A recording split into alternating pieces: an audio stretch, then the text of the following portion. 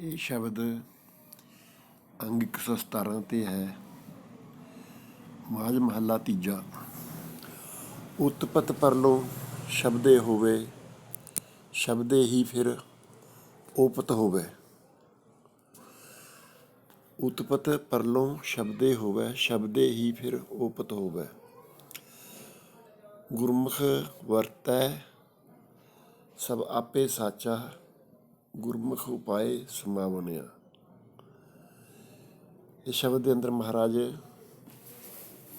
ਇਸ ਧਰਤੀ ਦੀ ਉਤਪਤੀ ਬਾਰੇ ਸਮਝਾ ਰਹੇ ਹਨ।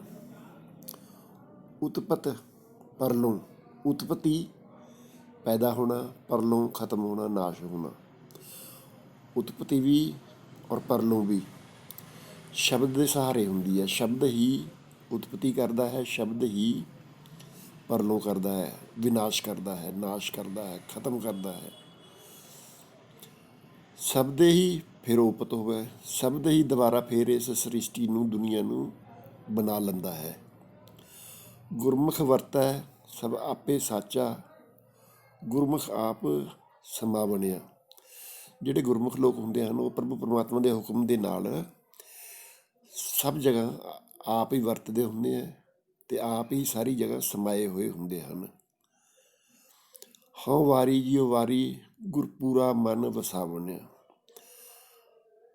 ਮੈਂ ਬਲਿਹਾਰ ਜਾਂਦਾ ਹਾਂ ਜਿਨ੍ਹਾਂ ਨੇ ਪੂਰਾ ਗੁਰੂ ਮਨ ਵਿੱਚ ਵਸਾਇਆ ਹੋਇਆ ਹੈ। ਹਉ ਵਾਰੀ, ਵਾਰੀ ਵਾਰੀ ਜਾਣਾ। ਹਉ ਵਾਰੀ ਜਿਉ ਵਾਰੀ, ਗੁਰਪੂਰਾ ਮਨ ਵਸਾਵਣਿਆ। ਗੁਰ ਤੇ ਸ਼ਾਂਤ ਭਗਤ ਕਰੇ ਦਿਨ ਰਾਤੀ, ਗੁਣ ਕਹਿ ਗੁਣੀ ਸਮਾਵਣਿਆ। ਗੁਰੂ ਦੀ ਕਿਰਪਾ ਨਾਲ ਸੱਤ ਦੇ ਅੰਦਰ, ਉਸ ਸ਼ਾਂਤ ਪ੍ਰਭੂ ਪਰਮਾਤਮਾ ਸੱਤ ਦੇ ਅੰਦਰ ਭਗਤੀ ਕਰਕੇ, ਭਗਤੀ ਕਰੇ ਦਿਨ ਰਾਤੀ, ਗੁਣ ਕਹਿ ਗੁਣੀ ਸਮਾਵਣੇ। ਗੁਣੀ ਦੇ ਅੰਦਰ ਸਮਾ ਜਾਂਦੇ ਹਨ। ਗੁਰ ਤੇ ਸ਼ਾਂਤ ਭਗਤ ਕਰੇ ਦਿਨ ਰਾਤੀ, ਗੁਣ ਕਹਿ ਗੁਣੀ ਸਮਾਵਣਿਆ। ਜਿਹੜੇ ਲੋਕ ਗੁਰੂ ਦੀ ਭਗਤੀ ਕਰਦੇ ਹਨ ਉਸ ਸੱਤ ਜੋ ਹੈ ਭਗਵਾਨ ਹੈ, ਪਰਮਾਤਮਾ ਹੈ। ਬਾਕੀ ਇਸ ਦੁਨੀਆ ਦੇ ਅੰਦਰ ਸਭ ਨਾਸ਼ਵਾਨ ਹੈ, ਸਿਰਫ ਇੱਕ ਪਰਮਾਤਮਾ ਹੀ ਸੱਤ ਹੈ। ਉਹ ਸੱਤ ਕੀ ਹੈ? ਪ੍ਰਭੂ ਪਰਮਾਤਮਾ ਹੈ। ਅਤੇ ਜਿਹੜੇ ਲੋਕ ਉਸ ਪ੍ਰਭੂ ਪਰਮਾਤਮਾ ਦੀ ਸੱਤ ਦੀ, ਗੁਰ ਤੇ ਸੱਤ ਭਗਤ ਕਰੇ ਦਿਨ ਰਾਤੀ, ਗੁਣ ਕਹਿ ਗੁਣੀ ਸਮਾਵਣਿਆ, ਉਸ ਪਰਮਾਤਮਾ ਦੇ ਗੁਣ ਗਾਉਂਦੇ ਹਨ, ਉਹ ਗੁਣੀ ਦੇ ਅੰਦਰ, ਪ੍ਰਭੂ ਪਰਮਾਤਮਾ ਦੇ ਅੰਦਰ ਸਮਾ ਜਾਂਦੇ ਹਨ। ਰਹਾਓ। ਗੁਰਮੁਖ ਧਰਤੀ ਗੁਰਮੁਖ ਪਾਣੀ, ਗੁਰਮੁਖ ਧਰਤੀ ਗੁਰਮੁਖ ਪਾਣੀ। ਗੁਰਮੁਖੀ ਧਰਤੀ ਹਨ, ਗੁਰਮੁਖੀ ਪਾਣੀ ਹਨ।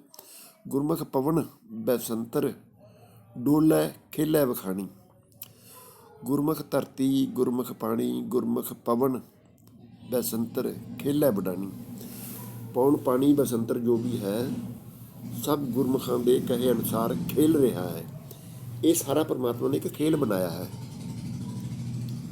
ਖੇਲ ਹੈ ਵਿਡਾਣੀ, ਬਹੁਤ ਵੱਡਾ ਇੱਕ ਖੇਲ ਹੈ। ਇੱਕ ਜਾਦੂਗਰ ਆਉਂਦਾ, ਥੋੜ੍ਹਾ ਜਿਹਾ ਖੇਲ ਦਿਖਾਉਂਦਾ, ਅਸੀਂ ਬਹੁਤ ਅਚੰਭਾ ਮੰਨਦੇ ਹਾਂ ਅਤੇ ਐਡੇ ਵੱਡੇ ਖੇਲ ਨੂੰ ਦੇਖ ਕੇ ਸਾਡੀ ਸਮਝ ਨਹੀਂ ਆਉਂਦਾ ਵੀ ਇਹ ਖੇਲ ਆਪਣੇ ਆਪ ਨਹੀਂ ਚੱਲਦਾ, ਇਹਨੂੰ ਕੋਈ ਨਾ ਕੋਈ ਚਲਾਉਣ ਵਾਲਾ, ਬਣਾਉਣ ਵਾਲਾ ਹੈ। ਸੋ ਨਿਗੁਰਾ ਜੋ ਮਰ ਜੰਮੈ, ਨਿਗੁਰੇ ਆਵਣ ਜਾਣੇ ਆ। ਜੋ ਪ੍ਰਭੂ ਪਰਮਾਤਮਾ ਦੀ ਭਗਤੀ ਨਹੀਂ ਕਰਦੇ ਉਹ ਨਿਗੁਰੇ ਹਨ, ਔਰ ਜੋ ਨਿਗਰਾ ਹੈ ਉਹ ਮਰੀ ਜਾਂਦਾ, ਜੰਮੀ ਜਾਂਦਾ, ਮਰੀ ਜਾਂਦਾ, ਜੰਮੀ ਜਾਂਦਾ। ਉਹਨਾਂ ਦਾ ਆਵਣ ਜਾਣ ਜਿਹੜਾ ਹੈਗਾ, ਜੰਮਣਾ ਮਰਨਾ, ਆਵਣ ਜਾਣਾ ਮੁੱਕਦਾ ਨਹੀਂ ਹੈ। ਸੋ ਨਿਗਰਾ ਜੋ ਮਰ ਜੰਮੈ, ਨਿਗੁਰੇ ਆਵਣ ਜਾਵਣਿਆ। ਤਿੰਨ ਕਰਤਾ ਇੱਕ ਖੇਲ ਰਚਾਇਆ। ਉਸ ਪ੍ਰਭੂ ਪਰਮਾਤਮਾ ਨੇ ਇੱਕ ਖੇਲ ਰਚਾਇਆ, ਬਹੁਤ ਬੜਾ ਖੇਲ ਹੈ। ਇਹ ਸ੍ਰਿਸ਼ਟੀ ਦਾ ਕੋਈ ਮਾਮੂਲੀ ਖੇਲ ਨਹੀਂ ਹੈ। ਤਿੰਨ ਕਰਤਾ ਇੱਕ ਖੇਲ ਰਚਾਇਆ, ਕਾਇਆ ਸਰੀਰੈ ਵਿੱਚ ਸਭ ਕੁਛ ਪਾਇਆ। ਇਹ ਜਾਦੂ ਮੰਤਰ ਨਹੀਂ ਤਾਂ ਹੋਰ ਕੀ ਹੈ। ਜਿੰਨਾ ਖੰਡ ਬ੍ਰਹਿਮੰਡ ਬਾਹਰ ਸਾਨੂੰ ਦਿਖਦਾ ਹੈ, ਇਹਦੇ ਨਾਲੋਂ ਜ਼ਿਆਦਾ ਸਾਡੇ ਸਰੀਰ ਦੇ ਅੰਦਰ ਹੈ।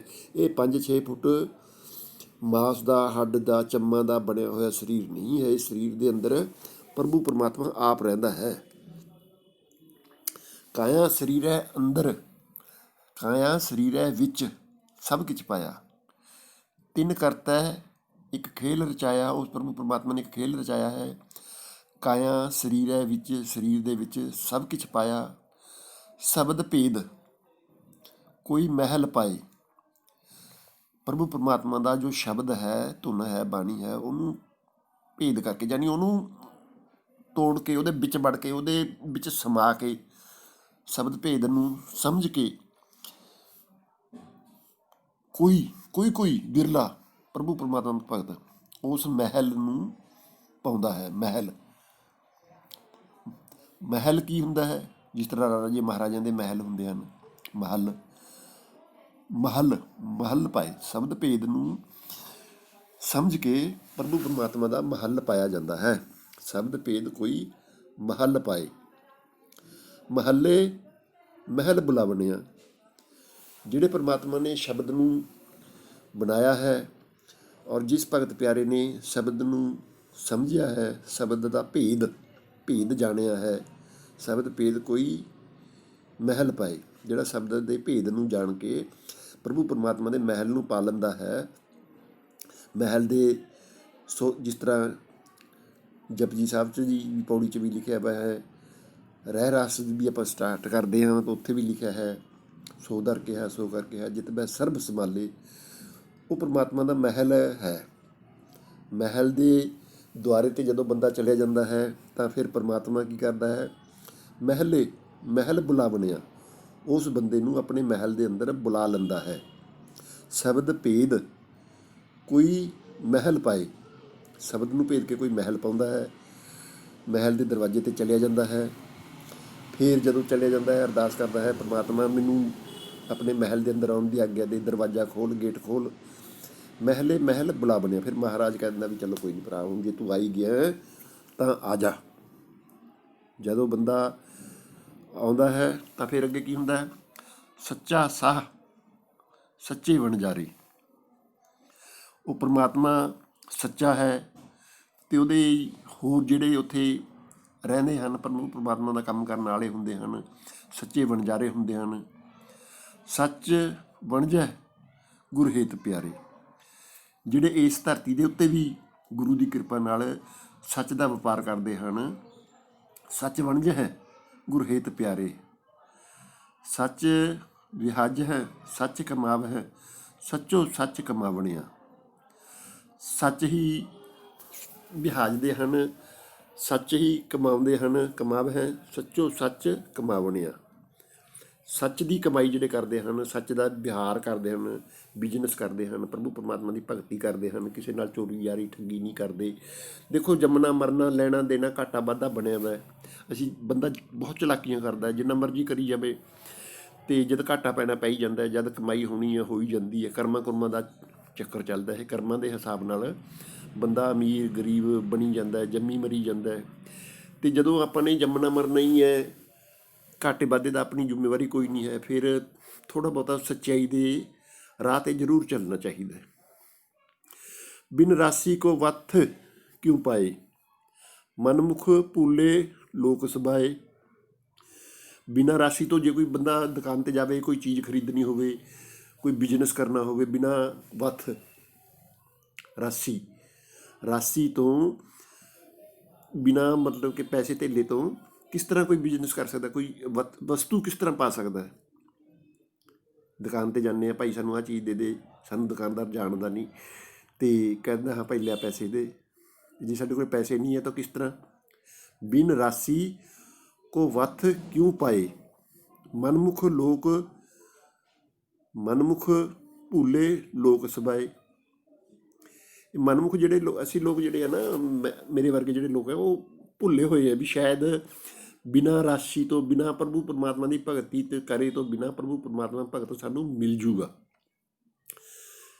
ਜਿਸ ਤਰ੍ਹਾਂ ਦੁਨੀਆ ਦੇ ਅੰਦਰ ਬਿਜ਼ਨਸ ਕਰਨਾ ਪੈਂਦਾ ਹੈ ਪੈਸੇ ਧੇਲੇ ਨਾਲ, ਇਸ ਤਰ੍ਹਾਂ ਪ੍ਰਭੂ ਪਰਮਾਤਮਾ ਦੇ ਘਰ 'ਚ ਬਿਜ਼ਨਸ ਹੁੰਦਾ ਹੈ ਪ੍ਰਭੂ ਪਰਮਾਤਮਾ ਦੀ ਭਗਤੀ ਨਾਲ। ਇਸ ਦੁਨੀਆ ਦੇ ਅੰਦਰ ਕਮਾ ਕੇ ਜਾਵਾਂਗੇ, ਭਗਤੀ ਕਰਕੇ ਜਾਵਾਂਗੇ ਤਾਂ ਪਰਮਾਤਮਾ ਸਾਨੂੰ ਗਲ ਨਾਲ ਲਾਊਗਾ। ਬਿਨ ਰਾਸ਼ੀ ਸਭ ਖਾਲੀ ਚੱਲੇ, ਖਾਲੀ ਜਾਏ ਦੁੱਖ ਪਾਵਣਿਆ।